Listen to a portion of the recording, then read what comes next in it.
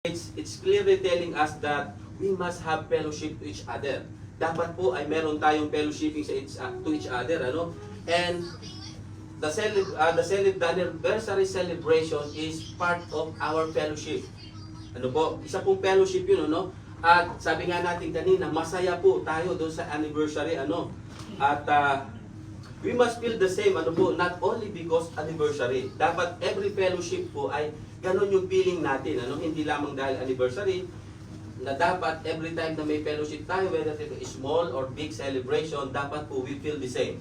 Ano po, sapagkat we are doing it for the Lord. Hindi po para ipakita yung ating mga talent, yung ating mga kakayahan. Ano po, we should not only eager or happy to attend the fellowship or to that anniversary dahil meron po tayong gustong patunayan, ano, but we must devote ourselves to fellowship with one another, for it is essential for every Christian, for every believer of Christ. Mahalaga po yun, ano, sa atin bilang kanyang mga tagusunod, sapagkat every fellowship po na ginagawa natin, our Lord is in our midst. Nandun po siya, ano po, nagmamanifest po ang ating Panginoon.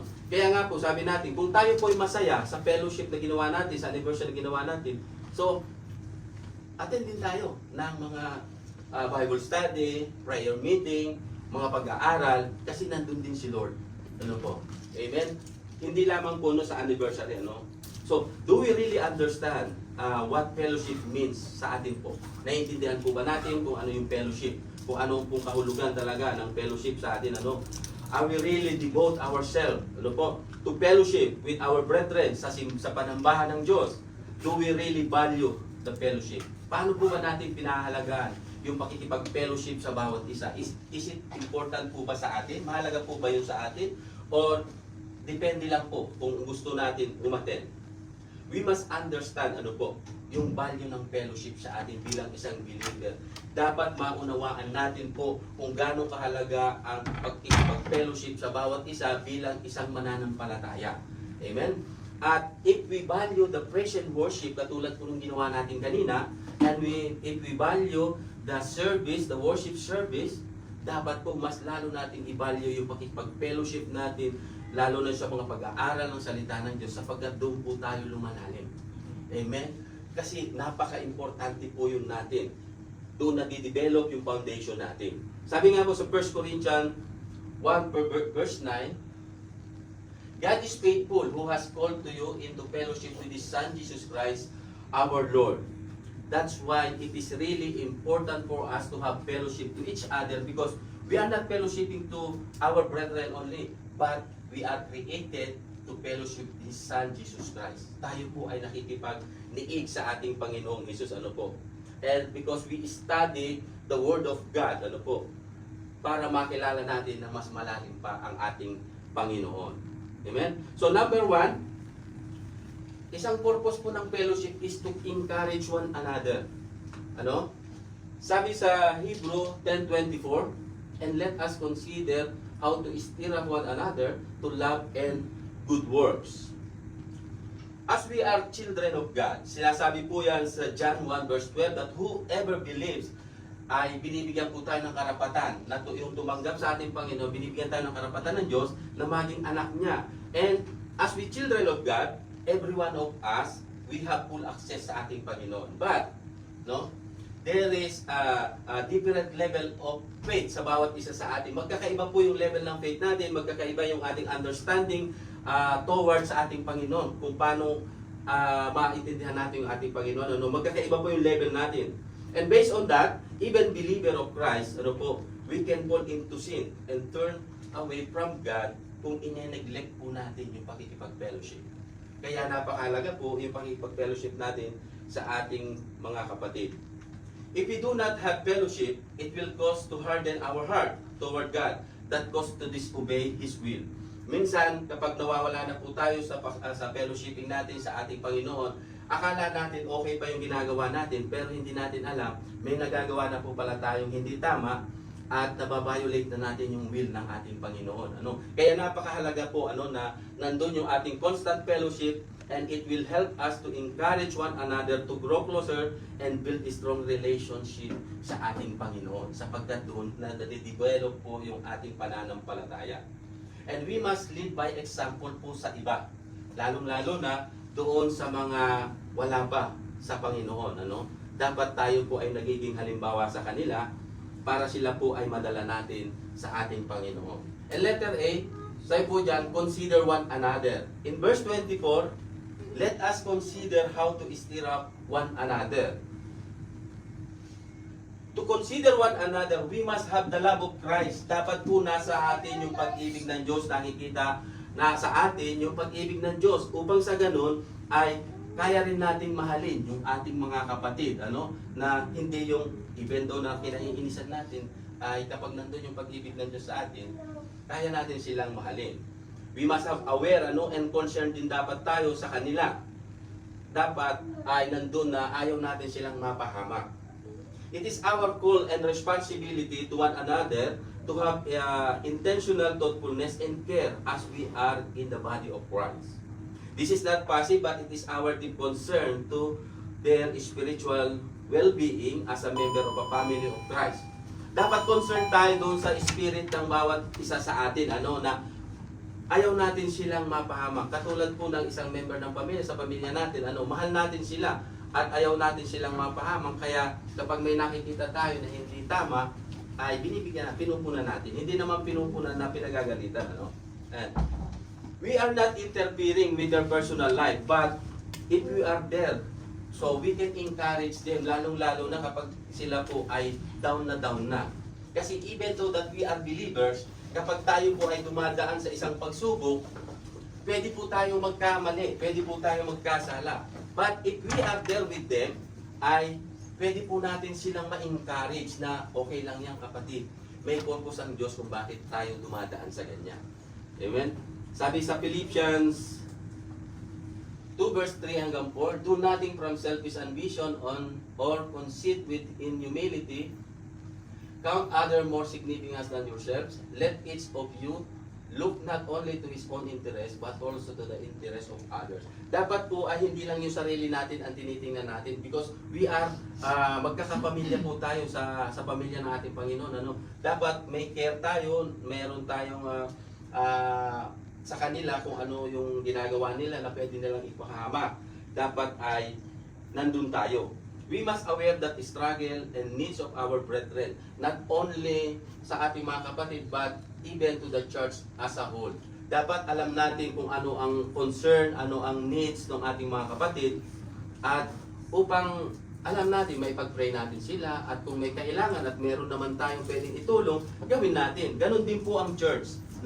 Dapat ay alam din natin kung ano ang needs ng church. Upang sa ganon ay tayo po ay makatulong din sa church. Therefore, fellowshipping to each other is essential as we are a member of a body of Christ.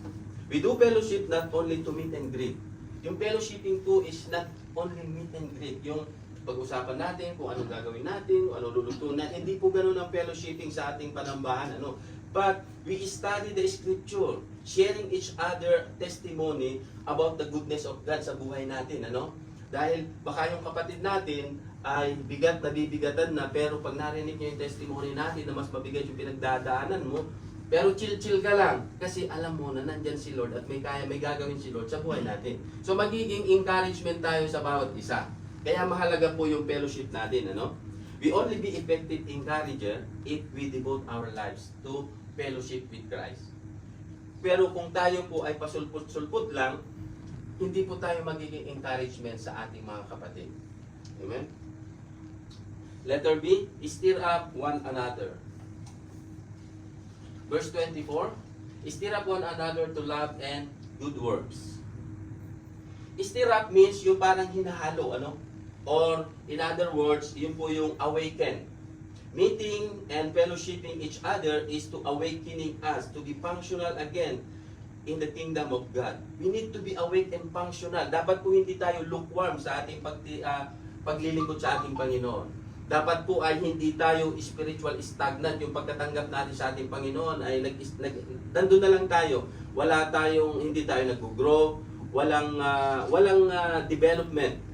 So dapat po ay hindi yung ating spirit ay hindi siya stagnant. Kaya mahalaga po yung ating fellowshipping to each other para tayo po ay nagpapalakasan sa ating Panginoon. Kaya wag po natin i-neglect yun, ano? Stir up, in other words po sa Greek ay paroxysm, or it is to provoke, ano? But literally, when we provoke someone, magre-react po yan, ano? Subukan mo i-provoke ng isang tao, magre-react yan. And that's what we need sa ating mga kapatid, ano? To provoke them, but in a positive way. Hindi po sila, we are not provoking them to have argument with them or to fight with them. No, hindi po yun ang purpose natin, ano?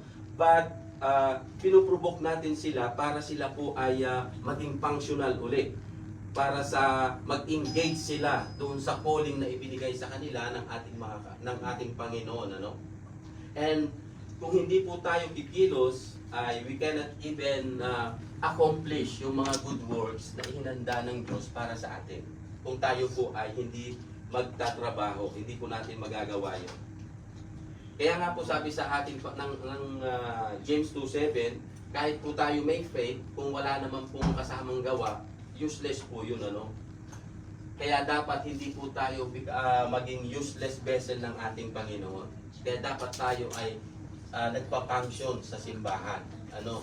At mahalaga po yun, at matututunan natin sa pakikipag-fellowship natin, sa nag-aaral tayo ng salita ng ating Panginoon, ano?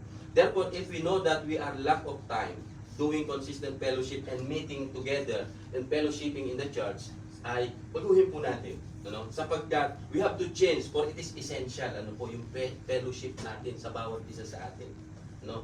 Bigyan natin ng kahalagahan yung pakikipag-fellowship natin sa ating mga kapatid, kasi doon natin lang na pag-aaralan, nakikilala ng mas malalim ang ating Panginoon. Kaya napakahalaga po yun, no? Let us involve ourselves to the ministry. Kung ano man po yung ministry, meron man tayong ministry hinahawakan, okay lang. Wala man tayong ministry hinahawakan, punta pa rin tayo sa mga fellowship, ano, kasi doon tayo nag-grow, doon natin na-strengthen yung ating mga faith, yung ating pananampalataya. Do not get into the habit that where other things in the world become more important kesa doon sa ating gawain sa Panginoon. Kung nandyan naman tayo, no, hindi naman sinabi na wag na tayong magtrabaho, hindi naman yun ang gusto ng Diyos, eh. Pero kung nandyan naman tayo, may extra time naman tayo. What is 1 hour? No? Kung tayo naman ang balik nun is matututo tayo, lalago tayo. So ibigay natin sa ating Panginoon, ano? Kaya napakahalaga po, ano, ang fellowship, kasi nai-encourage natin yung bawat isa. In Galatians 6:9 verse 10, let us not grow weary while doing good, for in due season we shall reap if we do not lose heart. Therefore, as we have opportunity, let us do good to all, especially to those who are of the household of faith. Huwag po tayong mapagod na gumawa ng mabuti, huwag tayong magpapagod na gawin kung ano ang nais ng Diyos para sa atin, kasi in due time ay makakamta natin yung reward na ipinangako ng Diyos sa atin, ano? Na huwag tayong mapagod, because our labor is never be put in vain ng ating Panginoon. Hindi po yun hahayaan ng Panginoon na mabaliwala lang.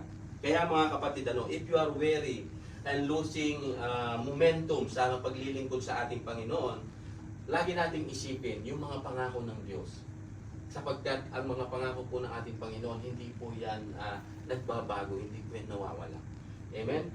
Doing good things to people, especially to those who belong to the family of Christ. And we need to extend also yung ating yung love ng Panginoon, yung grace ng Panginoon sa pamamagitan ng pag-abot doon sa mga ibang tao na hindi pa nakakakilala sa ating Panginoon. Lead them to Christ. Tayo po ang gagamitin ng ating Panginoon. Pero kung hindi po natin alam, hindi rin tayo magiging effective na encourager sa kanila. Kasi hindi natin naranasan, eh. Kulang, eh. So kaya dapat po ay magpalago tayo sa pamamagitan po ng pag-aaral ng salita ng ating Panginoon. At isa pong tool dyan yung fellowship natin sa simbahan. And number 2, commit to consistent fellowship. Hebrews 10:25, Not neglecting to meet together as is the habit of some, but encouraging one another, and all the more as you see the day near, drawing near.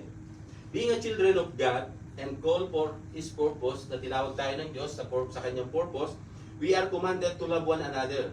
We show that love by not neglecting the church fellowship. So, paano po natin masasabing mahal natin ang Diyos kung hindi naman natin kayang ibigay yung oras natin sa ating Panginoon? So, God given everything. Binigay po ng Diyos lahat ng meron siya, no? And binigay niya yung buhay na para sa atin. So, ang hinihingi lang natin ng Diyos sa atin is bigyan natin siya ng time. Kahit konting time, no? Ang haba ng 24 hours, 1 hour, okay na yun, ano? So, doon natin mapapakita yung pag-ibig natin sa ating Panginoon kung kaya nating ibigay yung time natin sa Kanya. Kasi siya, binigay niya lahat eh. Yun lang hinihingi niya sa atin yung time. Magkaroon tayo ng time sa ating Panginoon. Therefore, fellowshipping is necessary for our spiritual strength and protection to become more closer to God. Doon lang tayo mapapalapit sa pamamagitan ng pakikipag-fellowship natin. Sapagkat sa fellowshipping naman po, sa fellowship natin ginagawa sa church, hindi naman po tayo nagchichismisan eh, kundi nag-aaral tayo ng salita ng Diyos. At sa pamamagitan noon, tayo po ay mapapalapit sa Diyos, makikilala natin siya na mas malalim. Because apart from God, we can do nothing. We become weak if we are alone and we are vulnerable sa kaaway. Kapag tayo po ay nahiwalay, no? Tayo po ay easy target ng kalaban. Kaya napakahalaga po, no? And there is a danger for being alone. Kasi walang protection sa ating Panginoon. Letter A, the danger of spiritual isolation.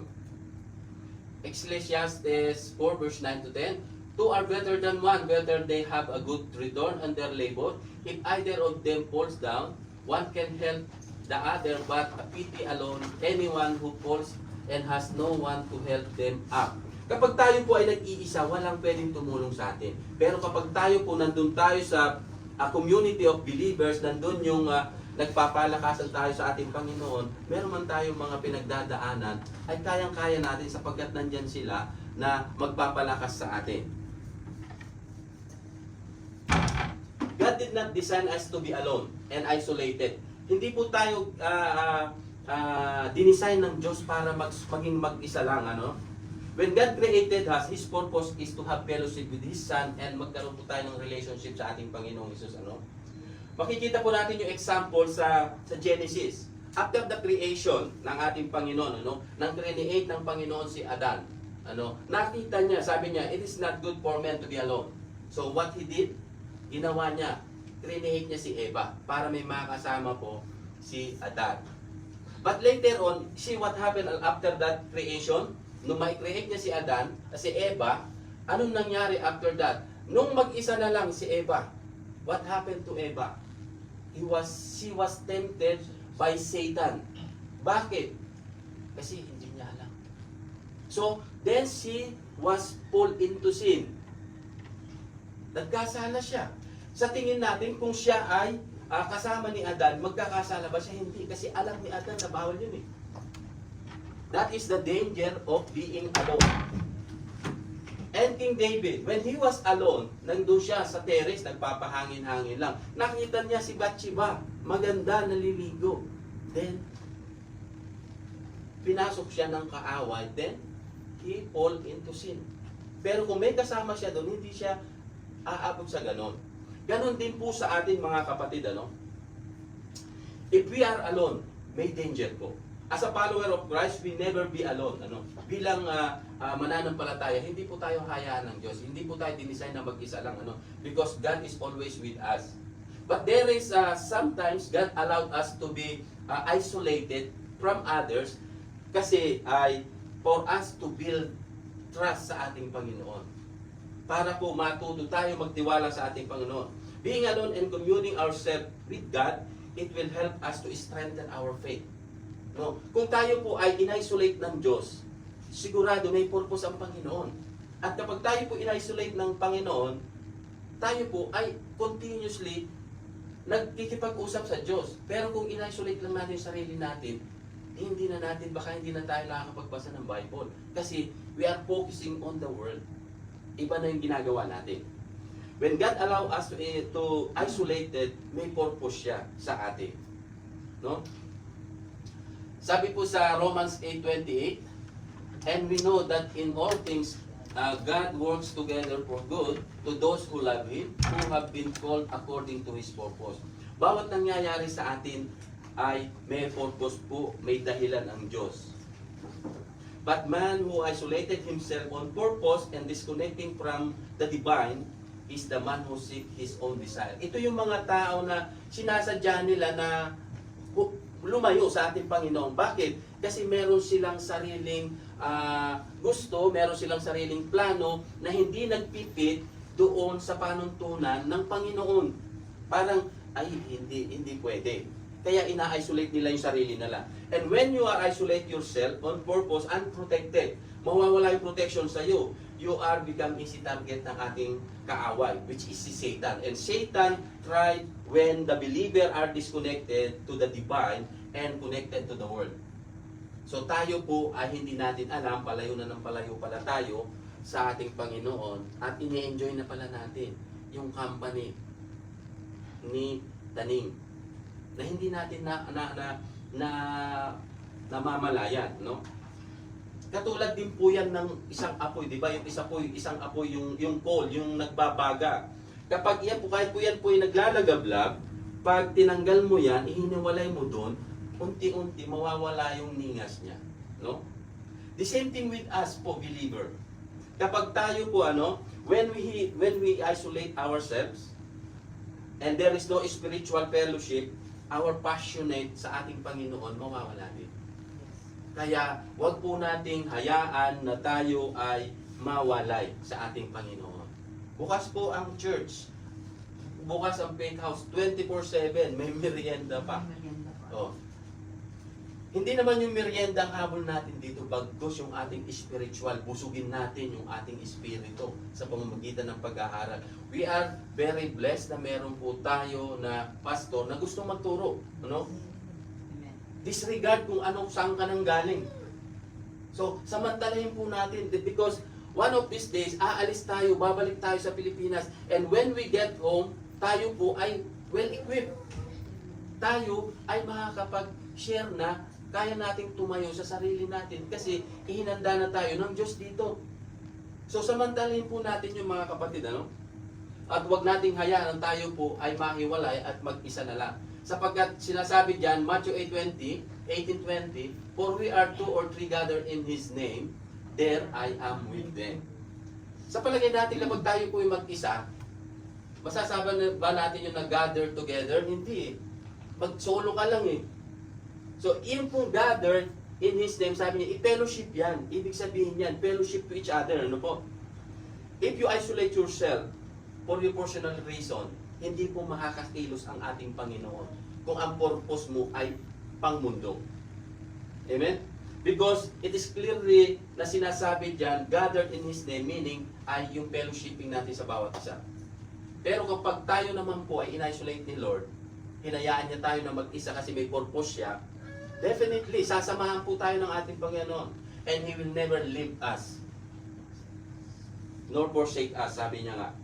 So, do not neglect the fellowship, for it is essential sa bawat isa po na sa atin na mga believer. Do not let the fire die, instead, fuel it with the Word of God. So, para hindi mamatay yung ningas, yung apoy na yon sa ating puso, gatungan natin ng salita ng Diyos. Para lalo itong maglagablab, lalo itong mag-umapaw, at tayo ay magamit natin, Panginoon. By fellowshipping and studying the Scripture, then we can assure that our fire sa puso natin ay mananatili kung buhay. Fellowship to one another is not optional. Hindi lang kung gusto natin, but it is essential. Kailangan yan. Hindi lang kung gusto natin, kung kailan tayo maluwag, kapag hindi tayo inaanto, doon lang tayo pupunta. Hindi. Essential. Kailangan. It Must po yan, kailangan natin, ano? So, Acts 2:42, they devote themselves to the apostle teaching and fellowship, to the breaking of the bread and to prayer. Fellowship is a vital part of our faith. No? Yan po ay napahalaga sa ating pananampalataya to live the faith of others as well and to come closer to God. We devote ourselves to God that give us power to have peaceful and abundant life. No?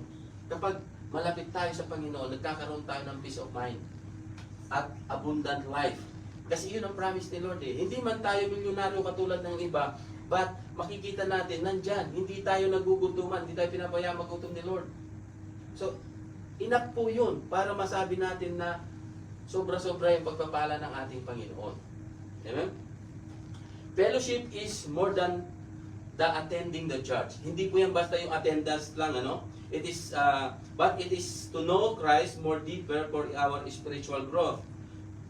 And we must continually and steadfastly devoted to fellowship to strengthen and increase our faith.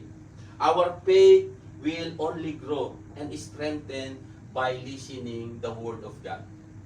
At yung pag-aaral ng kanyang salita.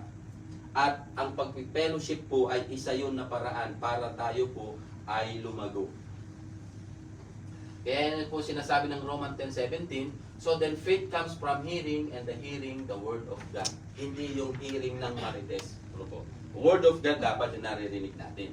Therefore, do not neglect to fellowship with brethren to encourage them to be part of it.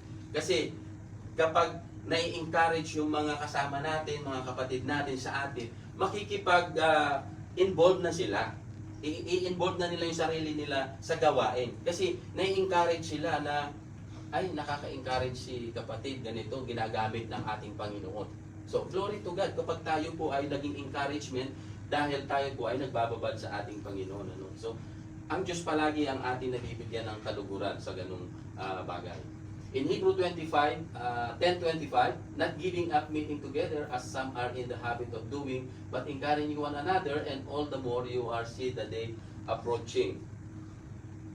The Bible reminded us to be vigilant, for the days are evil. And malapit nang dumating ang Diyos. Sabi nga is, we are in the last days. Ano po? Kaya, kailangan natin yung fellowshipping, pag-aaral, palakasin natin ang ating spiritual life upang sa ganun hindi po tayo madala o matangay ng kaaway. Ano? For the enemy working double time. Nandyan lang siya, nagdo-double time yan si Taning para tayo po ay mahila niya palabas ng simbahan. Kasi yung mga tao na nasa labas, hindi niya kailangan yun. Kanya na yun eh. Kaya yung mga nasa loob po, dino-double time niya yan para makuha niya. To take us away from the presence of the Lord if we are not aware and if we are not vigilant. Many believers nowadays, they started to neglecting the fellowship and corporate worship. No? Minsan ay maraming dahilan. Due to complacency and busyness na ino-offer ng mundo. Napakarami ng ipinapakita ng mundo na minsan hindi natin maiwasan ay pinapatulan natin. No? Kaya dapat alam natin na i-manage yung time natin. At sa bawat oras na binibigay sa atin ng Diyos, dapat may part doon ang ating Panginoon. Amen? Dapat sa bawat paggising natin, may parte na nakalaan doon ng Diyos. Ito para kay Lord. Amen? It is a strong warning to all the believers to devote ourselves to fellowship with the people of God. Ano po? Kasi pagulo na ng pagkakimundo. Alam naman natin, nakikita natin. Fellowshipping to one another is not just a ritual na ginagawa natin. Hindi po yan ritual, bagkus kailangan natin para sa ating spiritual na pamumuhay. And it is a vital and essential for our spiritual growth, our spiritual protection, and way to know more about Jesus Christ. So, yan po ang ating mga kailangan natin gawin para lalo tayong lumago sa ating pananampalataya. If gusto nating lumago sa ating pananampalataya ay mag-involve po tayo sa gawain. No? Don't let yourself be driven away into isolation by neglecting the fellowship. Masaya po ang buhay Kristiyano. Hindi po totoo na nasabi nila na boring ang Kristiyano. Masaya po ang buhay Kristiyano kung naiintindihan natin. Kaya dapat nating maunawaan kung ano ba talaga ang buhay ng isang Kristiyano upang sa ganun ma-enjoy natin ang buhay natin sa paglilingkod sa ating Panginoon. Amen? And number 3, neglecting fellowship weakens the body of Christ. Hebrews 10:25, not neglecting to meet together as in the habit of some, but encouraging one another, and the more as they drawing near. The church is a God's instrument to nurture our spirit, feeding ng salita ng Diyos. Ginagamit ng simbahan ng Diyos ang simbahan, panambahan upang busugin, palaguin ang ating pananampalataya. Neglecting the fellowship it weakens the body of Christ. The early church, they faced persecution nung mga panahon na yun, time ng early church, no? May reason sila. Kasi talagang pinapersecute sila, pinapatay sila, no? Kaya yung iba doon nawawala ng interest sa fellowship. But in our present generation, walang persecution sa atin. Hindi katulad before. May persecution man siguro, hindi ganun kalala, no? Pero anong nangyayari po ay parehas pa rin ang problema. No? Nagkakaroon pa rin ng problema kasi yung iba hindi pa rin sila nagkakaroon ng interest sa fellowship kasi nandun pa rin yung mga distraction, mga discouragement, at saka yung iba nawawala ang focus sa Diyos, napopokus sa mundo, sa mga gawain na alam nila na mas madaling gawin. The church